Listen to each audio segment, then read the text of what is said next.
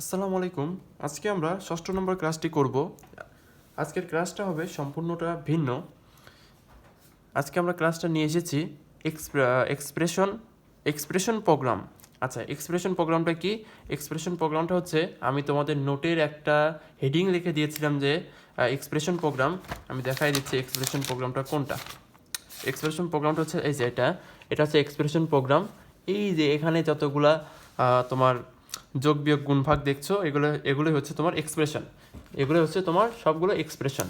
এবং এই টাইপের ম্যাথগুলোই এই টাইপের প্রোগ্রামগুলোই আজকে আমরা করব। আচ্ছা, এখানে আমি এটাও সেম, সবগুলোই সহজ প্রোগ্রামগুলো।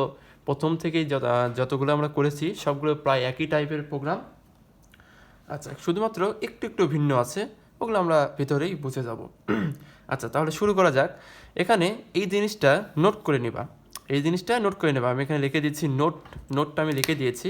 এই জিনিসটা তোমরা নোট করো। তুমি এই জিনিসটা নোট করো যে এখানে বুঝাই দেই। দেখো, এখানে লেখা আছে এ, এবং এখানে দেওয়া আছে ইকুয়াল চিহ্ন, তারপরে দেওয়া আছে b+50/2। আচ্ছা, তারপরে তুমি এই মাঝখানে আমি একটা টান দিয়েছি, যে তীর চিহ্ন দিয়ে দুইটা ভাগ করেছি। এবং এখানে দেখো যে এই যে সমান ইকুয়াল চিহ্ন, এই ইকুয়াল চিহ্নের এই পাশেরগুলো হচ্ছে তোমার ইনপুট, এবং এই ইকুয়াল চিহ্নর এই পাশেরগুলো হচ্ছে তোমার আউটপুট। আচ্ছা, তাহলে এই ইকুয়াল চিহ্নর এই পাশে আছে আমাদের এ, তার মানে এ হচ্ছে আমাদের আউটপুট, এবং এই ইকুয়াল চিহ্নর এই পাশে যেগুলো আছে ওগুলো হচ্ছে আমাদের ইনপুট। আচ্ছা, একটা প্রোগ্রাম করলে আমরা বুঝবো। আচ্ছা, এখানে লেখা আছে প্রোগ্রাম 1 সূত্র দিয়েছি আমি, কারণ আমরা এক্সপ্রেশনে যতগুলো আমরা যোগ বিয়োগ গুণভাগ দেখেছি সবগুলো প্রায় সূত্রের মধ্যেই পড়ে। কারণ যোগ বিয়োগ গুণভাগ এগুলো তো আমরা সূত্র দিয়েই প্রকাশ করি, তাই তো? আচ্ছা, সেই জন্য আমরা লিখেছি সূত্র। এখানে সূত্র দেওয়া আছে a=b+15/2। আচ্ছা, এই জিনিসটা আমরা কীভাবে লিখতে পারি? এখানে একটা কথা বলে দিই, তুমি এর নিচেই এই জিনিসটা তোমার মাথার ভিতরেই করতে হবে, অথবা তুমি কোশ্চিনও করতে পারো। যেহেতু কোশ্চিনে লেখার কোনো অনুমতি নেই, তুমি এই পাশে আমি শুধু দেখাই দিচ্ছি এই জিনিসটা কীভাবে লিখতে হবে। এই জিনিসটা লিখতে হবে, তুমি এইভাবে লিখবা যে a=b+2।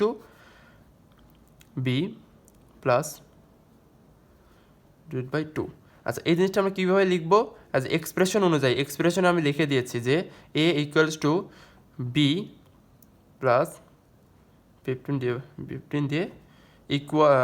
ফার্স্ট ব্র্যাকেট দিয়ে এই যে ভাগ চিহ্নটা দিতে হবে আমাদের এইভাবে, তাই না? ভাগ চিহ্নটা দিতে হবে এইভাবে। এই দেখো, এক্সপ্রেশন আমি দেখাই দিয়েছিলাম। এখানে দেখো, এখানে ভাগ চিহ্নটা আমি কীভাবে দিয়েছিলাম? ভাগ চিহ্নটা আমরা যে এইভাবে টান দিয়েছিলাম, উল্টা স্ল্যাশের মতো দিয়েছিলাম, ঠিক আছে? এইভাবে দিব। আচ্ছা, এই জিনিসটা আমরা করে নিলাম। এর মানেটা কি? আসলে দেখো, এখানে দেখো যে এইটুকুর মানে হচ্ছে আমাদের এইটুকু, তাই না? এইটুকুর মানে হচ্ছে এইটুকু, সাধারণভাবে এটা বোঝাই যাচ্ছে। এইটুকু মানে হচ্ছে এইটুকু, মানে এটা আমি সাধারণত একটা মুডে নিয়ে গেলাম, অন্য একটা মুডে নিয়ে গেলাম। আচ্ছা, সাধারণত তারপরে আমরা যেভাবে প্রোগ্রামটা করি ওইভাবেই করবো। তাহলে প্রোগ্রামটা আমরা শুরু করি। দেখো, প্রথমে আমরা কি দেখি, হ্যাশট্যাগ ইনক্লুড। তাহলে লিখলাম হ্যাশট্যাগ ইনক্লুড,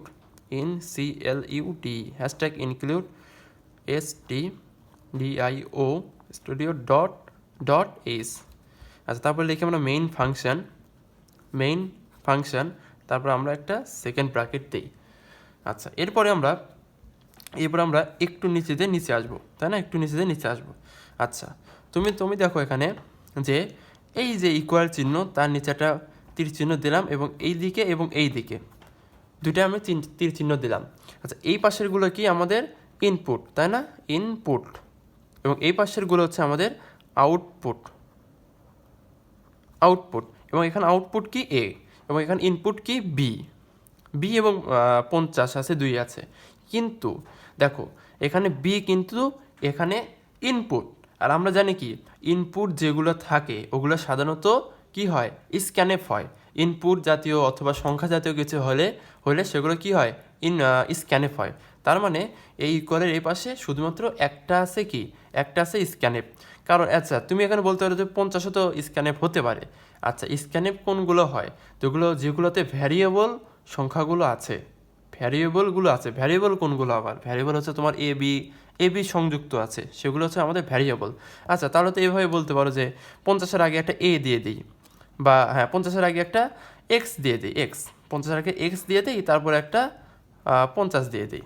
কারণ আমরা তো জানি, তাই না, আমরা তো জানি যে ভ্যারিয়েবলের পরে সংখ্যা বসে, তাহলে তো এটা একটা আমাদের ভ্যারিয়েবল হয়ে গেল, তাই না? এটা তো আমরা একটা স্ক্যানএফ হিসেবে ব্যবহার করতে পারি। কিন্তু দেখো, যদি এর সাথে যদি আমি একটা এক্স নেই, 50-এর সাথে যদি আমি একটা এক্স নেই, তাহলে কিন্তু এখানে একটা গুণ অবস্থায় চলে আসছিলো। তাহলে এই জিনিসটা আমাদের কীভাবে আসবে? দেখো, দেখা যাচ্ছে না, এই জিনিসটা আমাদের কীভাবে আসবে? এই জিনিসটা আসবে আমাদের এক্স গুণন 50, তাই না? এক্স গুণন 50। আচ্ছা, এক্স গুণন 50 মানে কি? এক্স 50-এর সাথে আরও 50-এর সাথে কিছু একটা সংখ্যা গুণ অবস্থায় আছে। তাহলে যদি গুণ অবস্থায় থাকে, তাহলে কি আমরা এই মানটা কি ছোট থাকবে না বড় হয়ে যাবে? এর মানটা অবশ্যই বড় হবে, বেশি হবে, এর মানটা আরও বেশি হবে। কারণ এখানে 50-এর সাথে যদি আরও কিছু গুণ হয়ে যায়, তাহলে তো মানটা আরও বড় হয়ে যাবে। সো মানটাকে অ্যাকুরেট মানটা পাবো না, সেই জন্য আমাদের এখানে কোনো কিছু এ অথবা বি কিছু ধরা যাবে না। এবার ইকুয়ালের এ পাশে যদি দেখো যে এ বি সি কোনো কিছু থাকে, ওগুলোই হচ্ছে আমাদের ইনপুট, এবং সেই ইনপুট অনুযায়ী আমাদের লেখা লাগবে স্ক্যানএফ। আশা করি বুঝতে পেরেছো। এখন শুরু করি। দেখো যে এখান থেকে একটু নিচে আসবো, এসে দেখো প্রথমে ইনপুটের কাজটা করব। কারণ কি, কম্পিউটারে প্রথমে আমাদের কি দিতে হয়? ইনপুট দিতে হয়, তারপরে কম্পিউটার আমাদের আউটপুট দেয়। সেটা ইনপুট দেওয়ার জন্য প্রথমে আমাদের লিখতে হবে কি? স্ক্যানএফ, তাই না? কারণ কি, ইনপুট হিসেবে ইনপুট কী করে? ইনপুট আমাদের স্ক্যানএফের কাজ করে, সেজন্য স্ক্যানএফ, SCANF।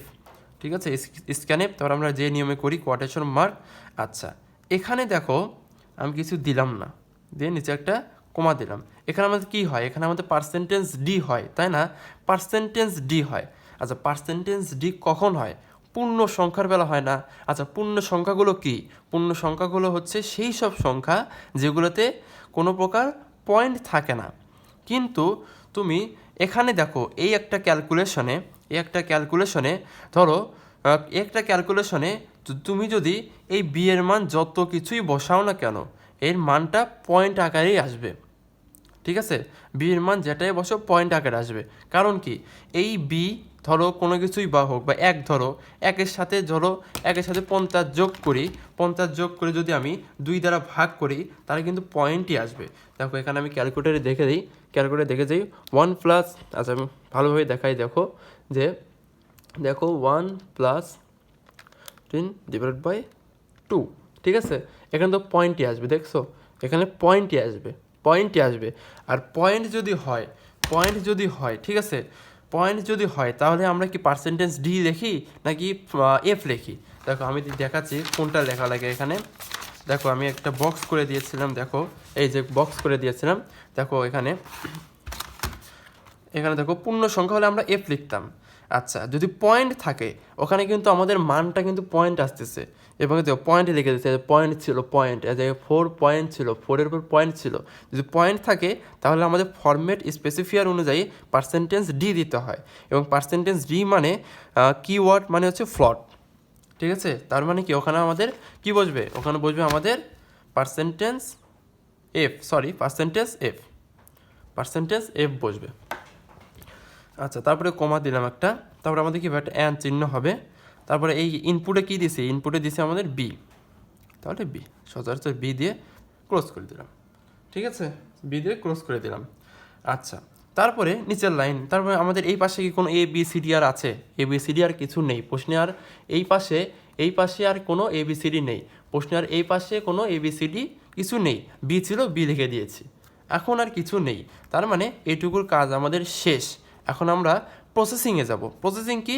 এইসব আমরা যোগ বিয়োগ করবো, তাই না? তার কি বি করলাম, তারপর 50, আচ্ছা যেভাবে আছে ওইভাবে লিখবো, ব্র্যাকেট দিয়ে ভাগ দিয়ে 2 দেবো। আচ্ছা, ইকুয়াল দিয়ে আমরা কি দেবো? এর তো একটা ফলাফল বের হবে, ফলাফলের মান কিন্তু এখানে দিয়ে দিছে এ, সে দিলাম এ। এখন দেখো, এই প্রোগ্রামে ভ্যারিয়েবল কোনটা না, ভ্যারিয়েবল কয়টা? এ একটা বি, এটা কিন্তু একটা ভ্যারিয়েবল। এই যে একটা মান বের হলো, এটা কিন্তু একটা ভ্যারিয়েবল। ঠিক আছে, এটা কিন্তু একটা ABL, এটা কিন্তু একটা ভ্যারিয়েবল। এবং এখানে আমরা লিখবো কি? ফ্লট, FLOAT। ফ্লট কি লিখবো?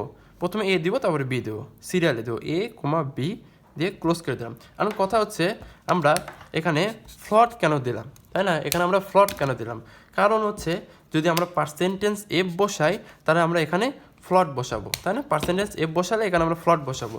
আচ্ছা, কেন বসাবো দেখো কেন বসাবো, এই এখানে দেখো, যদি ফরম্যাট স্পেসিফায়ার যদি আমাদের এফ হয়, যদি পার্সেন্টেজ এফ হয় তাহলে আমাদের কিওয়ার্ড হবে ফ্লট। আচ্ছা, এবং দেখো যদি আমরা যে পূর্ণ সংখ্যার বেলা যখন আমরা ডি বসাতাম তখন এখানে কি বসাতাম, ইন্ট বসাতাম। দেখছো যদি আমরা কোথাও দেখি এফ বসছে তখন আমরা কি লিখবো, ফ্লট লিখবো। এবং কোথাও যদি দেখো যে পার্সেন্টেজ ডি বসছে তখন দেখবো, তখন আমরা ওখানে ইন্টেজার বসাবো, মানে ইন্ট লিখবো। আশা করি বুঝতে পেরেছো। আচ্ছা, তাহলে এখানে আমাদের প্রোগ্রামটা শেষ। এই সোজা করার পর আমরা প্রোগ্রামটা শেষ করে দিলাম। আচ্ছা, প্রোগ্রাম 2। আজকে অনেকগুলো প্রোগ্রাম হবে, একটু তাড়াতাড়ি করি। আচ্ছা, এটা কিন্তু সেম টাইপ। আচ্ছা, এখানে দেখো আমি করে দিচ্ছি যে এখানে প্রথমে কি লিখতে হবে, ইন্টেজার, হ্যাশট্যাগ ইনক্লুড studio.h। আর তারপরে আমরা কি লিখতাম, মেইন ফাংশন লিখতাম, মেইন ফাংশন তারপর সেকেন্ড ব্র্যাকেট। আচ্ছা, এখানে দেখো একটু নিচে দিয়ে তার নিচে আসলাম। এই পাশে দেখো যে এই ইকুয়ালের এই পাশে কি আছে, এই পাশে আমাদের কি ইনপুট, আর ইনপুট মানে কি, ইনপুট মানে আমাদের স্ক্যানএফ। এখানে দেখো কয়টা ইনপুট আছে, এ এবং বি, না সরি এখানে আছে বি এবং সি, দুটা কিন্তু আমাদের ইনপুট, তাই না? দুটা আমাদের ইনপুট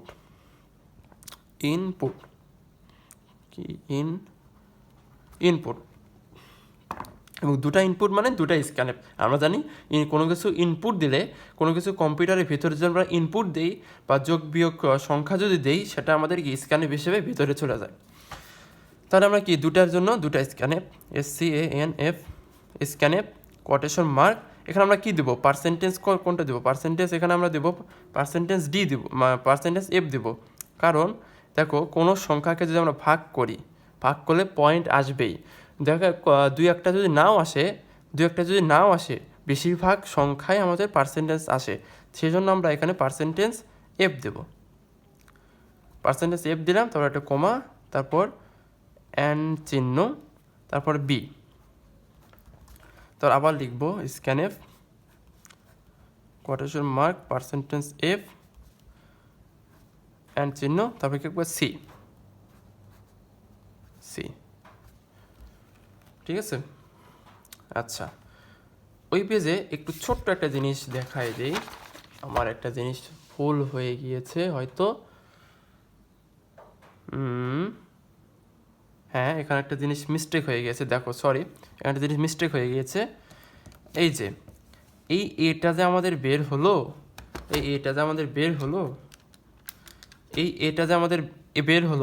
এটা তো আমাদের চোখে মনিটরে প্রদর্শন করবে, তাই না?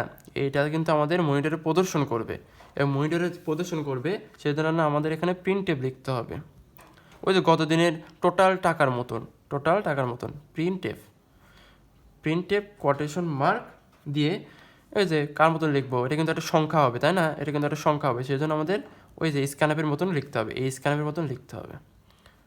এফ এখানে হবে না, এখানে হবে এ, কারণ এই এটাই আমাদের প্রদর্শন করবে। তারপর আমাদের ক্লোজ। আচ্ছা, এই প্রোগ্রামে আসি।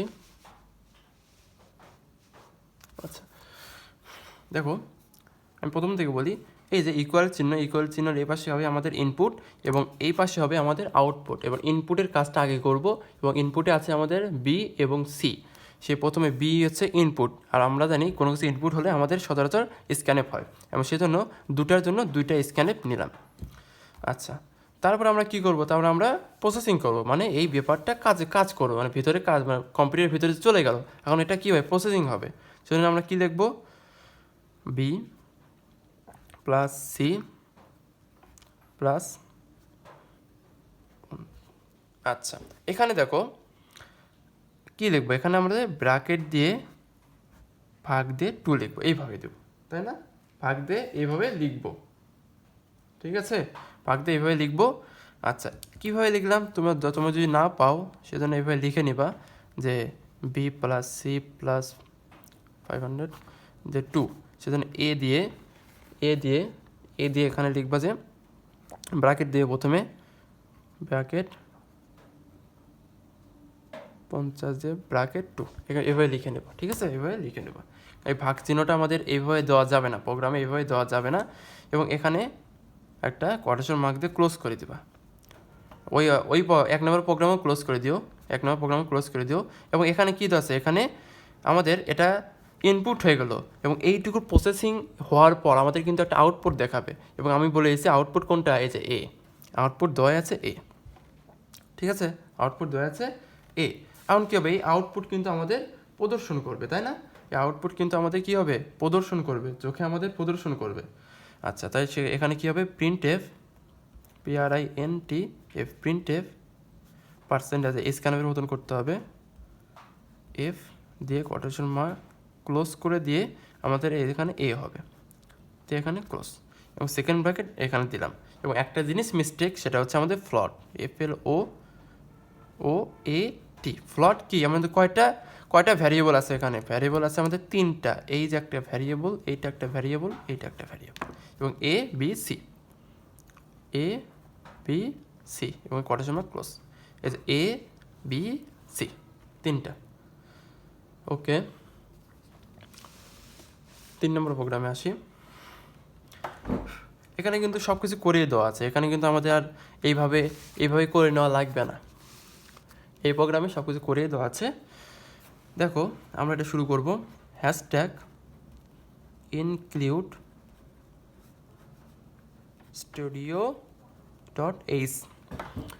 studio.h, তারপরে আমাদের মেইন ফাংশন, তারপর আমাদের সেকেন্ড ব্র্যাকেট, তারপরে আমাদের সেকেন্ড ব্র্যাকেট,